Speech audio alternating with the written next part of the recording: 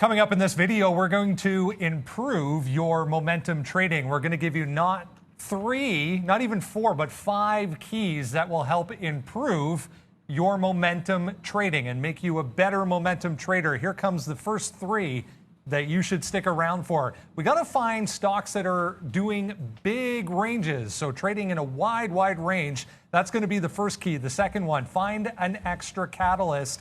Once we have something that's moving, we got to have an extra push behind it to get those really big moves.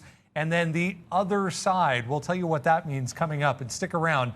For number 4 and number 5, Neil, start us off here. Talk about some momentum trading keys here. Exactly. Now, momentum trading, of course, means you're not talking about fundamentals. You're talking about price direction going in one way. You're talking about a bullish stock. I mean, it could be bearish as well. Mostly we'll talk about the bullish examples oftentimes here, multi-day rallies. And first things first, when we say find something with a large range, I don't mean it has to always have a large range. It can give you, it could be breaking out and showing in the short term a large range. And I'm going to use Upstart because that's the perfect example of this, right? Now, this is at the time we're doing this is a multi-day rally, and it's making another move up now to $200, up 14%. But look at what has happened since it broke out here on the 10th, and then reported earnings. We'll get to that in a little bit on the 11th, and then continue to the upside. Now, what you can see here is you've got day ranges. In this particular day, you're going to get a $20 range, followed by 57 up to about 170, $15 range. You're getting 10 to 30% ranges on some of these days, and then in 4 days, you're moving up $60, which is almost. Now, that's almost a 50% move to the upside. So that's what you're looking for. It doesn't mean that Upstart has to have that kind of range every day. But once it gets going, then it becomes a momentum stock that you're definitely going to be interested in. And the reason why it's important for you to look for that big range is suddenly capturing a smaller amount of that range is going to give you a bigger winner. If you have a $15 range or a 10% range, it's easier to get 3%, 5% moves, right? Like I actually had some short positions in here off of 200, and then a pullback only to 195, 194, and 195. Suddenly that's a nice win for me. If the stock had only a 2 or 3% range, you really have to load up on shares and be a little more experienced to be able to capture that same type of growth. So identify that big range, and then it doesn't matter when you participate, the upside in the trades is going to be there for you. Yeah, I mean, and we can always look at, one of those other points here is about being in the right sector as well. I mean, we looked at Moderna a lot on the show, Moderna, mRNA, and I mean, look at some of the moves that's happened right here.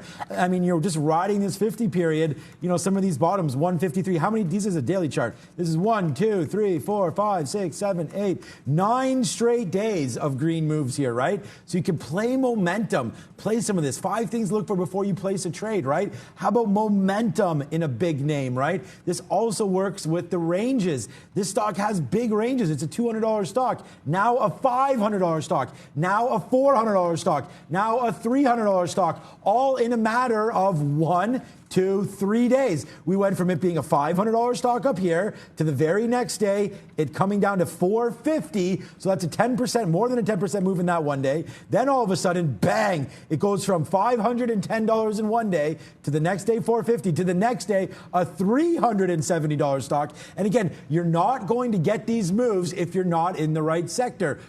I mean, right now it's pandemic time. We've talked about COVID. We've talked about the variants. And now you're going to see that Moderna back in the news. Possible booster shots coming, more variants showing up. Are they good for certain ages? Whatever. Every single day, it appears like there's going to be news with Moderna. So I just go over here, even do a 2-minute chart, even if you played pretty simply here. So we're talking about now looking at different levels, right? Where are you going to be wrong? If you want to try to take some of these big moves on Moderna, look, this is yesterday. You have this level up here, 406. Today, the same levels, 406. So you could play off some of these key levels on the upside to take some of these moves to the downside. So, if you're going to go short here, 406, again, there's a wick here, goes all the way down to 376, $30, $40.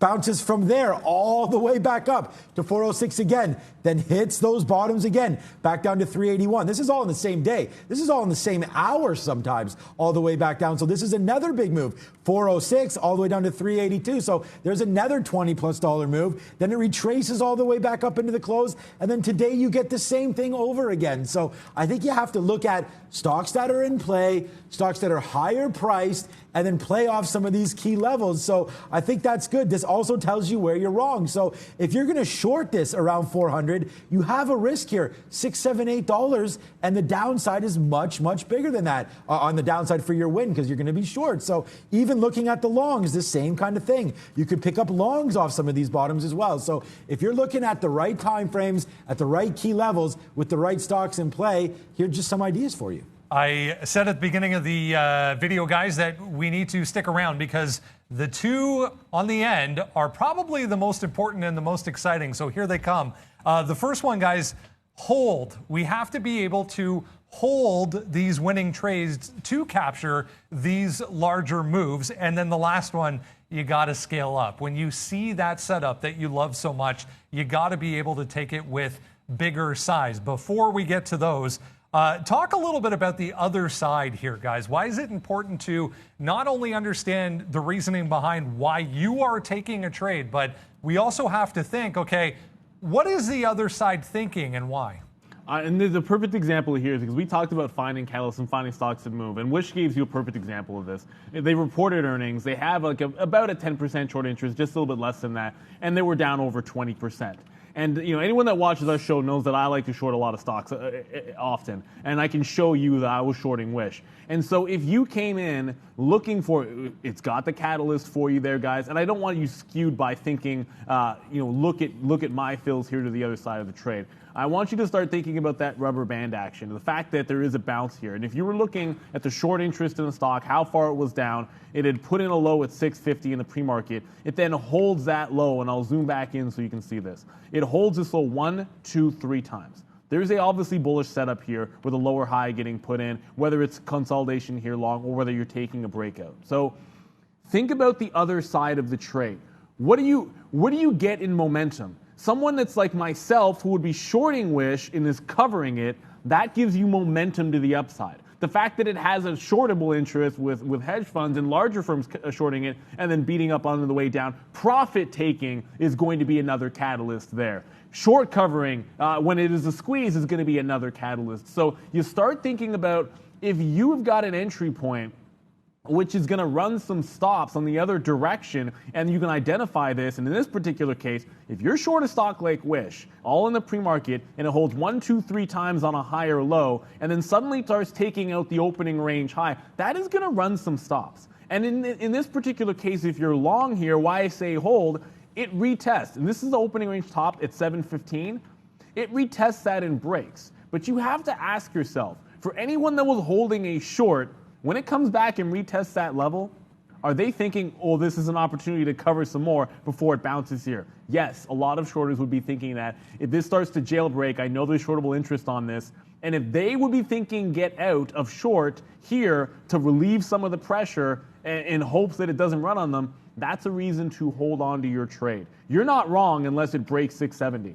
Now, that momentum for the shorters, it's not there. Like I know I was short the stock. I was holding out for breaking out in the lows.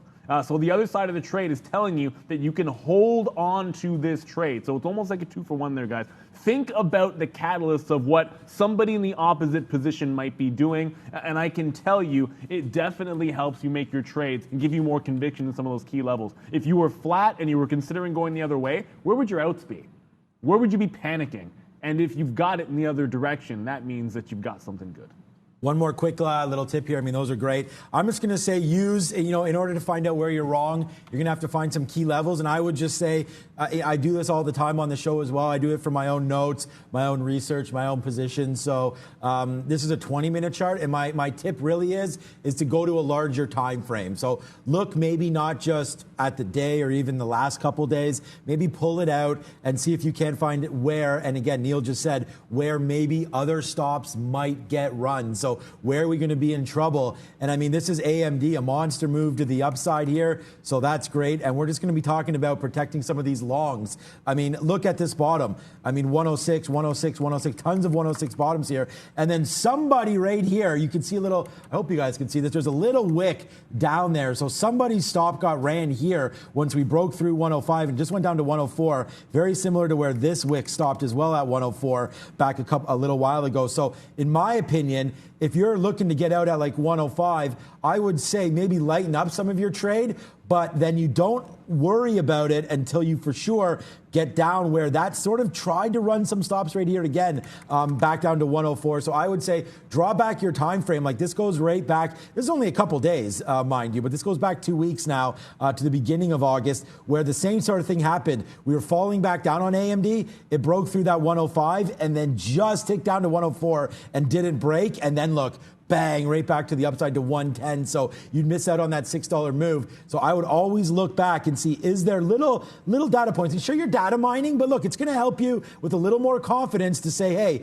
I've sort of seen that before. So this wick there shouldn't have surprised anybody. And it would just be bad if you got out at like, 104.50, something like that. And then all of a sudden, literally in the next 20 minutes, the stock bounces $4 to 108. So just look back for a little bit further back on some time frames and see, have those stops been run before? And if they have, are you ready to prepare yourself with a stop order so that does not happen to you? So much great information in this video, guys. Make sure you go back and watch it and watch it and watch it and watch it and absorb all of that information because we promised 5, but we probably gave you 10 keys to becoming a better momentum trader, including how to capture more of the range that a stock is putting in on a given day. Hope you like that one on momentum trading. Here's V. Hey guys, thank you for sharing tips on momentum trading. Dear viewers, please subscribe to this channel to see more great videos.